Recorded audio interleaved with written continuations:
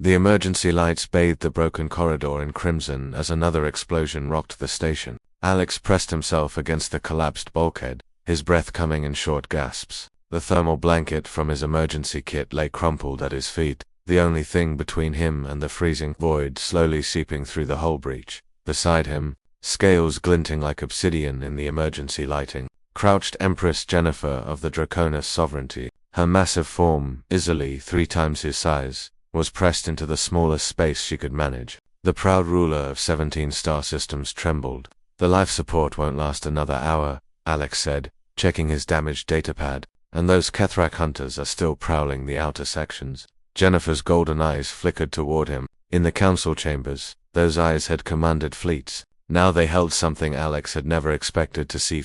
We are trapped, she said, her voice barely above a whisper. The translator implant rendered her words with a slight hiss. My guards are dead. Your delegation is evacuated. It is just us. Alex nodded grimly. The peace summit had seemed like humanity's greatest diplomatic achievement until the Kethrak decided that peace wasn't profitable. The ambush had been swift and brutal. Another tremor shook the station. Jennifer's scales rattled a sound he'd learned meant distress. Her species might breathe fire and crack steel with their claws, but they were cold, and the temperature was dropping fast. How do humans survive on such a frozen world? Jennifer asked suddenly. Your Earth. It is so cold. Alex allowed himself a small smile. We adapted. We learned to trap heat, to share warmth, to survive together when alone we'd freeze. Jennifer's enormous head turned toward him fully. In the dim light, he could see her pupils contracting. You're young. You spoke of them at the summit. 2 daughters, Sarah and Emma, Alex confirmed, his heart aching. Would he see them again? 7 and 9 years old, probably worried sick right now. You came here, so far from your nest. For them, for their future, that's what fathers do.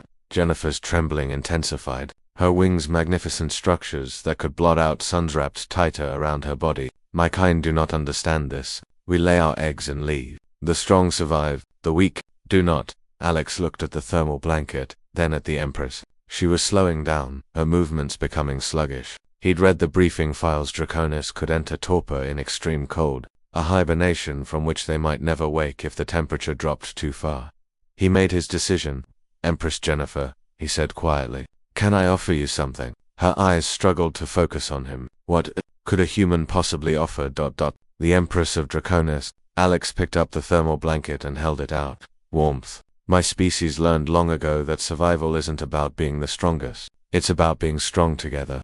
Jennifer stared at the silvery material. That is too small. For both of us, then you take it. Her voice was firmer now. You will freeze. I've got my jacket, and I'm naturally warm. You need this more than I do. Jennifer's eyes widened, a sign of surprise in her species. You would give your only protection to me. You're not just an empress right now, Alex said, stepping closer despite every diplomatic protocol warning against approaching Draconis royalty. You're a person who's cold and scared, and that's enough. For a long moment, Jennifer said nothing. Then, in a voice barely audible over the groaning station, can I hide under your blanket? The words came out almost childlike, vulnerable in a way that no one had ever heard from the Dragon Empress. Alex smiled warmly, of course. He approached slowly, carefully wrapping the thermal blanket around her massive shoulders. It barely covered a fraction of her, but her scales immediately stopped their rattling. Then he did something that would have gotten him executed in any other circumstance. He sat down beside her, pressing his back against her warm side. What are you doing? Jennifer asked, startled. Sharing heat, Alex explained. It's called huddling. Humans do it. Penguins do it. Even our ancient ancestors did it in caves when the ice came. You keep me warm, I keep you warm. Together, we survive. Jennifer's breathing steadied, slowly, almost tentatively.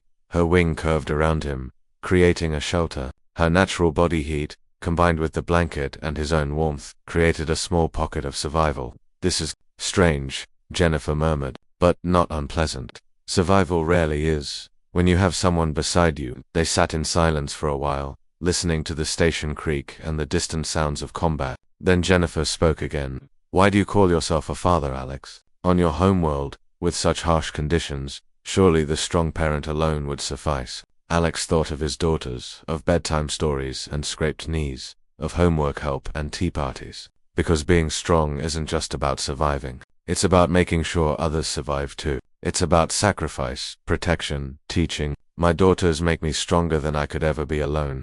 Jennifer's scales rippled. The Kethrak attacked because they believe strength is singular, that cooperation is weakness.